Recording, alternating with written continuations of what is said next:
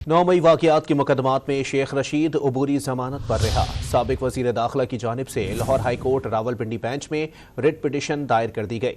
मुकदमात में नामजद नहीं, 7 माह बाद मुकदमात में बेगुनाह मुलव्विस किया गया। शेख रशीद ने इंसदाद दहशतगर्दी की अदालत से अबूरी जमानतों के बाद Lahore high court Rawalpindi bench में पिटिशन दायर कर दी है। मौक़िफ़ इख्तियार किया कि 9 मई के वाक़यात की दर्ज FIRs में किसी जगह पर नामजद मुल्ज़िमान में उनका नाम शामिल नहीं। 7 माह की ताख़ीर से उन्हें बयानात पर मुलव्विस किया गया है। शेख रशीद ने इस्तदा की कि बताया जाए कि उनके खिलाफ कितने मुकदमात दर्ज हैं।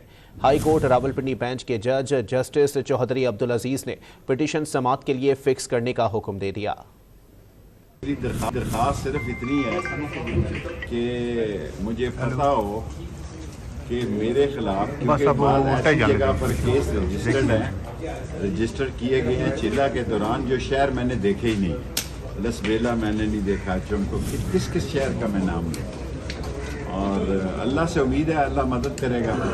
हारता वो है जो हार मानता है।